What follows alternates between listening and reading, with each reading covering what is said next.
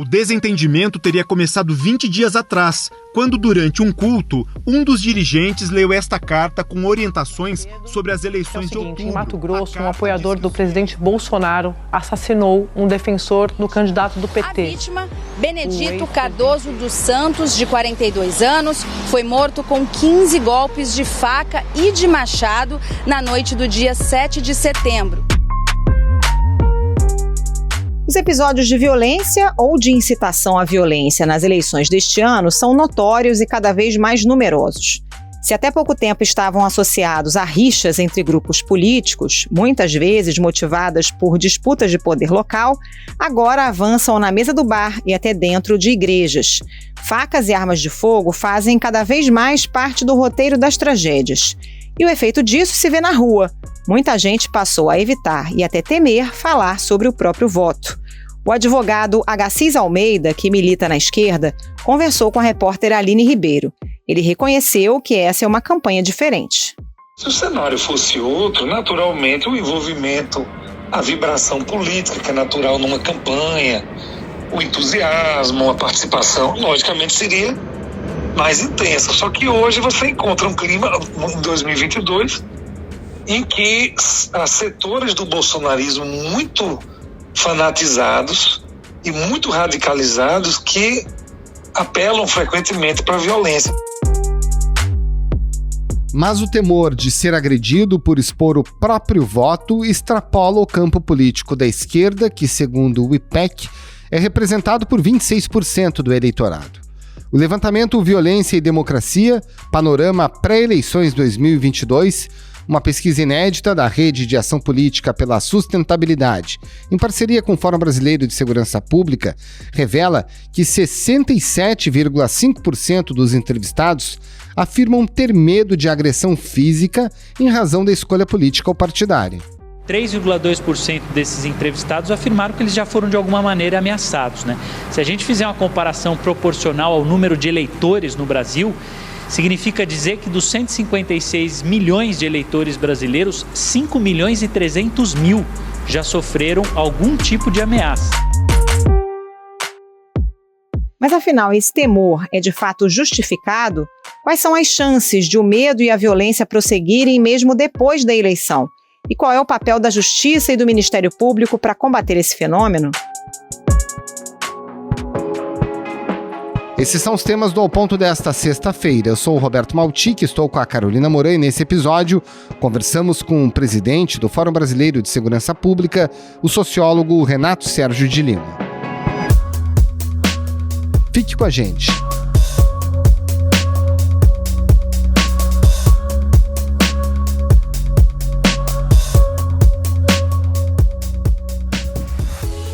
Renato Sérgio de Lima, diante do atual cenário eleitoral, o senhor considera justificado esse medo de 67,5% dos brasileiros de serem agredidos fisicamente por causa da escolha política ou partidária, como revela a pesquisa? Infelizmente sim, Carolina, porque o que a pesquisa nos mostra é que a agenda eleitoral, na verdade, a própria ideia de eleições livres está sequestrada pelo medo, pela insegurança. Ou seja, hoje nós não temos a garantia que a gente pode ir para a rua vestindo uma camisa de um candidato A ou B, que nós gostemos ou defendamos as suas ideias, e que não sejamos agredidos. Hoje a gente não pode sair com um adesivo no carro, hoje a gente não pode conversar na padaria na hora de tomar um café de que o que está acontecendo, porque corre o risco de que a pessoa do lado se exalte e parta por uma agressão. No setor fim social há mais de 30 anos e que Davi e o policial Vitor são amigos, mas que nos últimos dias houve divergências políticas que culminaram naquele tiro. Infelizmente, os dados da pesquisa mostram que, quando a gente ia arredondando, 7 pessoas a cada 10 têm medo, e se a gente pegar as pessoas que efetivamente são vítimas, que esse número já é também muito significativo, a gente vai ter uma realidade onde todos nós temos uma história para contar. Você, eu e qualquer um que nos ouve, provavelmente já vai, se não foi nós mesmos vítimas, a pessoa com certeza tem algum parente, um amigo, um vizinho que foi. Isso é muito problemático para a democracia. A violência política está interditando eleições livres e isso é claramente, para usar uma expressão até ligada ao mundo do armamentista, um tiro no pé da própria democracia. Renato, o Brasil já tem um histórico de violência política ao longo das décadas, né? Mas talvez ele tenha ficado pouco visível, justamente por se tratar muito de disputas locais, de rixas, de grupos políticos próximos e que se conhecem há muito tempo, inclusive às vezes de parentes e tudo mais. Agora a gente vê essas desavenças de debate de bar virar morte, por facada, por tiro a queima-roupa, um monte de CAC, milhares deles nas ruas com armas, né? E é um radicalismo que tem uma identidade, né? A identidade do líder popular, no caso o presidente Jair Bolsonaro, que pelo discurso e pelas ações acaba estimulando a violência. É essa liderança popular que faz com que esse cenário tenha se transformado? É essa liderança que estimula a retórica da violência, é sempre uma retórica na fronteira da legalidade, nunca é a defesa, eu falei que precisa matar. É sempre a defesa de que não, a gente precisa dar fim, a gente precisa metralhar, mas nunca é a defesa assim que juridicamente configuraria uma ameaça ou configuraria um crime. Mas é um discurso que aceita a violência como uma resposta política, como uma resposta para a discordância eleitoral, de ideias, né? Nós não conseguimos com que a democracia brasileira ela ainda é muito permeada por relações extremamente violentas. O que a pesquisa está mostrando, e acho que isso é importante a gente destacar, é que hoje o principal impeditivo para o exercício da cidadania, e eleição é uma das dimensões fundamentais, mas não a única, para o exercício da cidadania, é exatamente o fato da gente conviver com medo e insegurança que, combinados, gera pânico. E pânico é um péssimo conselheiro. Pânico pode ser apropriado por líderes populistas, pânico pode ser apropriado por discursos salvacionistas, de que eu vou resolver. Quando a gente tenta decompor esses dados da pesquisa, tem alguns elementos importantes. A gente vai ver que as pessoas estão com medo da violência policial, e a gente, no caso do atual presidente, ele faz o discurso da excludente de licitude, mesmo quando as pessoas dizem que não querem essa discussão. É a discussão da violência armada, é o vizinho que pode estar armado, então você não pode fazer uma discussão, é dentro da própria casa, quando familiares entram em briga e acabam se matando. Então, e a população também está dizendo que não quer, né, para a maior parte da população, se armar não é solução.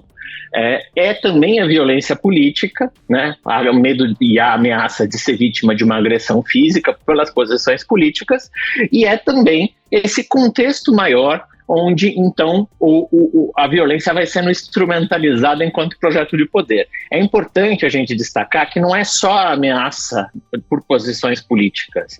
A violência ela é instrumental para a manutenção de uma certa posição. E por que eu estou dizendo isso? Na pesquisa, a gente calculou o que a gente chama de índice de autoritarismo, que é um índice criado lá em 1950 nos Estados Unidos por um filósofo, um psicólogo social chamado Theodor Adorno. Nesse índice, que a gente só reproduziu porque é o mais famoso da área da psicologia social, quando nós fizemos a primeira vez em 2017. E agora, em 2022, o índice caiu. Então, seria uma ótima notícia. Olha, o brasileiro está menos propenso a aceitar teses autoritárias. Mas quando a gente pega os componentes, o único que não caiu, ao contrário, cresceu, é o componente de agressividade autoritária, que é exatamente aquele que estimula a violência, que estimula respostas por conta própria, que estimula exatamente esse clima de medo e de violência que tomou conta do brasileiro e que agora nas eleições vira o grande ápice, porque ninguém sabe se vai poder ir votar tranquilamente sem ser ameaçado. Eu me chamo Sabrina Gomes, atualmente eu sou estudante de comunicação e estagiária também em uma agência, tenho 19 anos. Já sofri sim constrangimentos por me posicionar, principalmente em redes sociais, então me posicionar politicamente, ser hostilizada em redes sociais, receber ofensas em redes sociais, usar algum tipo de roupa, por exemplo, usar roupas vermelhas, aí ser nossa, lulista, comunista, já me aconteceu. E os meus medos em me posicionar é realmente a hostilização. Renata, a gente vai mais à frente detalhar um pouco mais esse índice aí do autoritarismo e também do apoio à democracia, mas antes eu queria te perguntar se esse medo, né, de manifestar sua posição política, ele está mais presente num espectro político ou em outro? Porque quando a gente está falando aqui de 67,5% da população, isso transcende, né, a ideologia. A gente tem dados que mostram, por exemplo, que 36% dos brasileiros se dizem de centro, 35% se dizem de direita. 67,5% certamente extrapola, né? Apesar de os exemplos que a gente tem tido mais recentemente serem de violência de apoiadores do presidente Jair Bolsonaro contra gente que pensa mais à esquerda, né? A gente teve o caso de Foz do Iguaçu, teve o caso do Mato Grosso, se a gente pensar lá para trás, em 2018, o caso do Modo Catendê em Salvador, mas 67,5% não dá para dizer que está só no campo da esquerda, né? Não, pelo contrário. O que a pesquisa está mostrando é que, na verdade, a gente não tem esquerda, centro e direita. A gente tem aqueles que acreditam na agenda de direitos que foi inaugurada pela Constituição de 1988, e esses que acreditam podem ser tanto de direita como de centro como de esquerda, porque, na verdade, o que a gente está falando é que direitos humanos são universais, não é só para quem pensa de um jeito ou de outro, e aqueles que acham que direitos é mimimi. Então, que a Constituição atrapalha, que a Constituição, como alguns já chegaram a dizer em alguns programas políticos mais antigos, de que tem direitos demais e orçamento de menos na Constituição. O que a pesquisa está mostrando é que o brasileiro, nos vários índices que nós criamos, está dizendo o seguinte: nós acreditamos na agenda de direitos que foi inaugurada em 1988, a gente quer que eles sejam transformados em políticas sociais universais. São vários os exemplos que depois nós podemos detalhar, mas basicamente a demarcação de terra indígena, reconhecimento de racismo, universalidade de programas de transferência de renda, né, como o Bolsa Família ou Auxílio Brasil. São várias as pistas de que há uma parcela muito grande da população que não só concorda com a democracia, como acredita que o caminho é a ampliação da cidadania de direitos. E há um extremistas radicalizados, muitas vezes estimulados pelo discurso de ódio, de violência política, que acham que tudo isso é besteira, o importante é impor a sua vontade, nem que seja pela força das armas, como muitos falam, mas quando a gente pega, a maior parte da população é contra armar a população. Então significa que é uma minoria muito barulhenta, que hoje ocupa as ruas em sua bastante parte, e que não deixa os demais exercerem sua liberdade de expressão.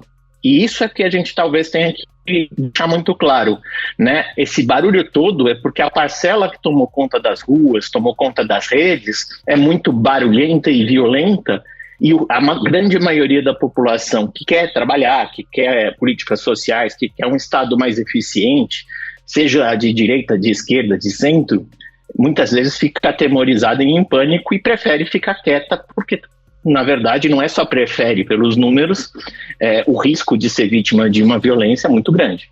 Renato, considerando que toda essa violência e esse medo de declarar inclusive o próprio voto tem tudo a ver com o aumento do extremismo nas ruas, né? A gente está falando nesse momento mais do extremismo de direita, mas de toda forma, considerando esse novo fenômeno, você acredita que essa violência e o medo vieram para ficar para depois do período eleitoral? Infelizmente sim. A gente tem que também lembrar que a sociedade brasileira é profundamente violenta, né? Ela é profundamente violenta.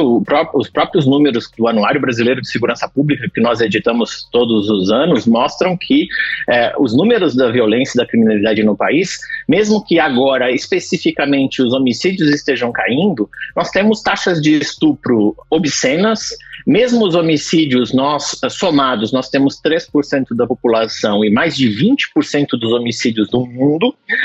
Nós temos 30 cidades com homicídios com taxas acima de 100 mortes para 100 mil habitantes e um terço desses municípios concentrados na Amazônia. Rondônia, de acordo com o levantamento do monitor da violência do G1, registrou o maior aumento de homicídios do Brasil. O número de assassinatos no campo também é um dos maiores. Ou seja, os nossos números são extremamente graves e estamos longe de resolver o problema da violência. E nesse ponto, o que veio para ficar, na verdade, o que a gente precisa mudar é que a pesquisa sinaliza para que, se o nosso debate do dia a dia, mesmo nas eleições, porque as pessoas estão querendo saber como vão comer, como vão ter educação, saúde e vão poder trabalhar, segurança pública é um fator fundamental. Se a gente quer diminuir a violência política ou a violência do dia a dia, do cotidiano, a gente vai ter que resolver o problema da segurança pública no Brasil. Essa é o que os dados da pesquisa podem resumir. E isso vai ter que enfrentar quem for eleito agora em outubro, vai precisar deixar muito claro o que quer fazer com a segurança. Não é só combater o crime organizado, não é só, mas é o que, por exemplo, a gente vai fazer com a violência contra a mulher, e, no caso, as várias manifestações de violência contra jornalistas mulheres é um exemplo disso, mas vários outros. O que a gente vai fazer com a violência contra crianças e adolescentes, contra, enfim, pessoas negras e assim por diante? O Brasil não tem discutido isso. Nós temos conseguido denunciar, a imprensa tem mostrado isso com intensidade, mas nos últimos 30 anos, os dirigentes no âmbito federal têm tentado lavar as mãos e dizer isso não é problema nosso. É sim. E se a gente quer conseguir resolver o problema da violência, a gente vai ter que enfrentar isso de frente e propor, ou seja, cidadania, segurança para garantir cidadania, não é mera retórica e a gente vai precisar sentar e pensar numa enorme modernização da área, porque, não sei se todos sabem, mas se a Constituição disse que lá a segurança é um direito de todos, toda a legislação, por exemplo, que organiza as polícias é anterior à Constituição. A gente não fez a lição de casa, que foi modernizar as próprias polícias brasileiras para que o trabalho dela seja mais eficiente, mais democrático, mais transparente e gere mais confiança do que medo, que os dados vão mostrar que muitas pessoas têm medo das polícias hoje no Brasil. Renato, você mencionou o caso da tentativa de intimidação, das ofensas à jornalista, e naturalmente teve o episódio lamentável envolvendo a Vera Magalhães na terça-feira durante o debate em São Paulo. Isso veio na esteira de uma outra agressão do presidente Bolsonaro à mesma jornalista no debate da Band. Esse tipo de atitude vindo dos líderes de deputado com mandato serve de apito a outros extremistas para fazerem o mesmo e acabarem reforçando esse clima de insegurança que leva ao medo dos eleitores? Sem dúvida, né? O que antes a gente demorava para circular, que olha, o político A, o político B está falando isso, porque às vezes você tinha um tratamento de mídia profissional que ia checar se era verdade ou não. Hoje, em segundos, estão nas redes sociais, né? E as redes sociais funcionam com ideias muito simplórias mesmo, ou seja, ele está mandando a gente ir atrás dos jornalistas, olha, a jornalista é tudo inimigo da gente. Isso é uma ideia simplória que passa a impressão de que, então, vamos nos livrar disso. Quando, na verdade, quando a gente vai mostrar a importância do investimento, por exemplo, da mídia profissional, ou da sociedade civil organizada, ou de setores como o Poder Judiciário e outras assim, a sociedade é muito mais complexa, não dá para explicar uma ideia simples com um chavão. Só que políticos populistas, eles aproveitam até a discussão da forma instantânea das redes sociais e talvez até um déficit de educacional, mesmo que muitos de renda mais alta, de pensar, de acreditar em fake news. E exploram isso, porque as pessoas estão predispostas a acreditar naquilo que elas já pensavam e não sabem lidar com o contraditório. E esse é o desafio, né? Como é que a gente, então, vence a linha da fake news, da desinformação? Acho que esse é o desafio contemporâneo e um dos efeitos que a pesquisa mede é que não é só uma questão institucional. Isso está rebatendo no nosso dia a dia. Vera Magalhães é um exemplo. As pessoas não estão conseguindo exercer as suas profissões de informar a população porque são acusadas de serem parciais, criminosas, irem antipatrióticas e assim por diante. Eu não gosto de ser personagem, a minha vida está de cabeça para baixo, eu estou tendo de andar com segurança, mas se for esse o preço a pagar para continuar exercendo o meu trabalho, tá valendo. Então a gente precisa entender como é que a gente que pensa de uma forma com valores de ciência, transparência, mídia independente, liberdade de expressão, consegue dizer que o contraditório faz parte, mas há limites, né? Liberdade de expressão ela é garantida, mas a impunidade e as ameaças não estão contidas nessa liberdade de expressão. Renato, apesar de todo esse cenário, o brasileiro ainda é amplamente a favor da democracia, né? Por exemplo, 90% acham que quem ganhar as eleições tem que assumir a presidência no dia 1º de janeiro. Por outro lado, como você também já disse, o autoritarismo caiu, mas ainda é muito alto. Existe um perfil para esse brasileiro que defende esse discurso autoritário, seja por escolaridade, por renda ou por idade? Quando a gente olha os dados desagregados, a gente vai perceber que os extremos muitas vezes têm posições mais autoritárias. Pessoas ou muito pobres ou das classes mais altas tendem a ser mais suscetíveis a valores autoritários, mas isso também a gente tem que relativizar, porque de um lado, entre os mais pobres, eles estão claramente dizendo que são a favor de programas de proteção social da agenda de direitos e que isso é importante. Então, nesse segmento, a gente tem que entender que há um enorme pedido de socorro. Olha, nossa vida, leia-se, nossas vidas estão submetidas a um eterno... Nós somos maltratados por serviços públicos de má qualidade, muitas vezes perseguidos pelas polícias, para usar a expressão aqui de São Paulo, os enquadros, que muitas vezes não ficam claro quais os critérios que são utilizados para selecionar essa pessoa ou não, e nisso acaba reproduzindo racismos estruturais e institucionais. A gente tem uma série de questões que a população vai dizer, olha, mas está acontecendo tudo isso, então coloca logo resolve logo o problema, porque eu não aguento mais. E por outro lado, tem pessoas de mais alta renda, que são, na verdade, um eterno problema brasileiro, que é uma tradição de entender direito como privilégio. Então, se alcançou alguns privilégios, a democratização dos direitos sociais de certa forma, ameaça esses privilégios, o que é algo que, para quem acredita na agenda de direitos, é inadmissível, mas que a gente vai perceber.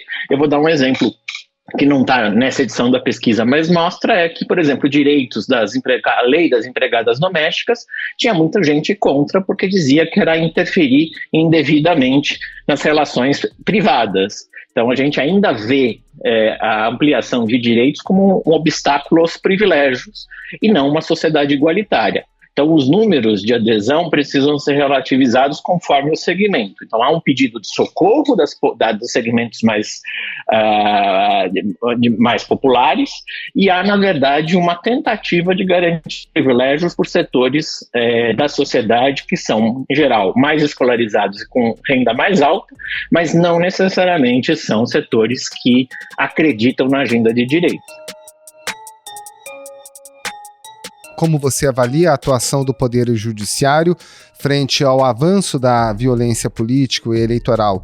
Eles têm compreendido bem esse fenômeno de forma a punir quem comete esse tipo de violência e fazer com que a população tenha um pouco mais de tranquilidade? O que a pesquisa mostra é que, primeiro, que a população não só entende, como acredita na separação de poderes.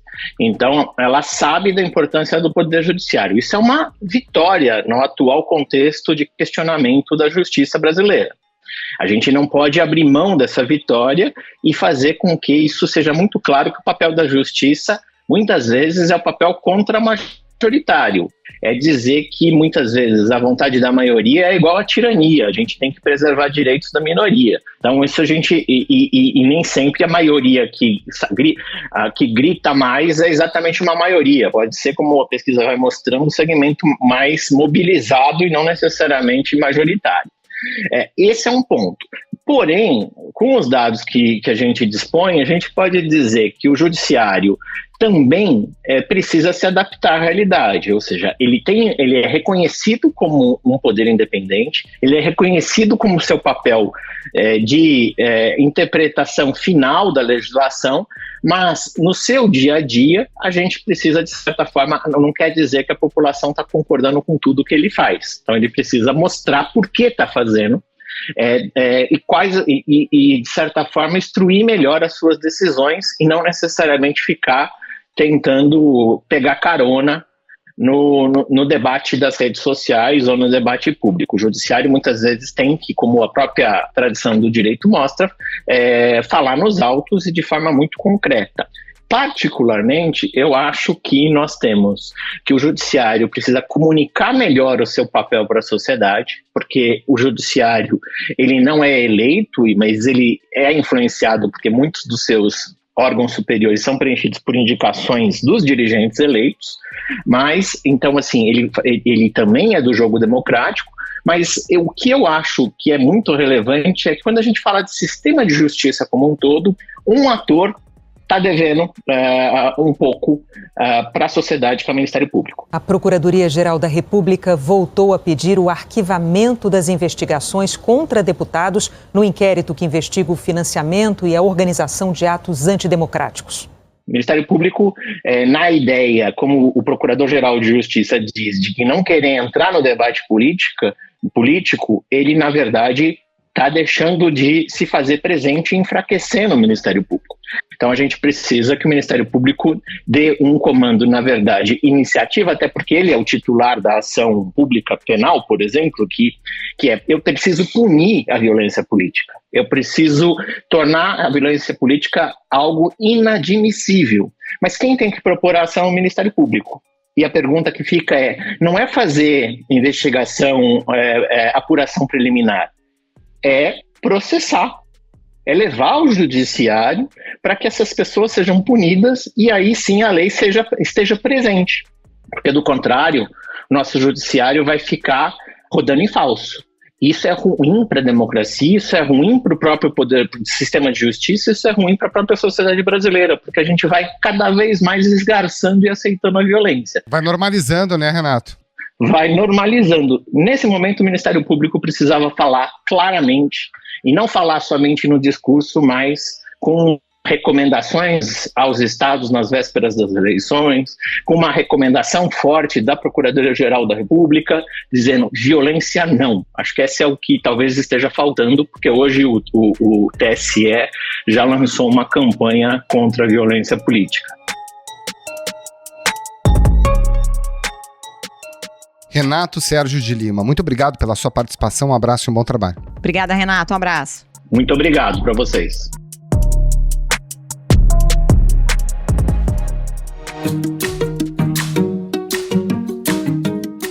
Esse foi o Ao Ponto de hoje, o podcast diário da redação do Globo. Nessa conversa, a gente conta com a participação de toda a equipe do jornal, as mesmas pessoas que levam até você informação e análise de qualidade todos os dias. Quer saber mais? Assine o Globo. Acesse assineoglobo.com.br e confira todas as notícias e reportagens especiais. Nesse episódio, além dos áudios da TV Globo, a gente contou com a colaboração da repórter Aline Ribeiro. A produção é da Raquel Pereira e a edição do João Guilherme Lacerda. Tchau. Até mais.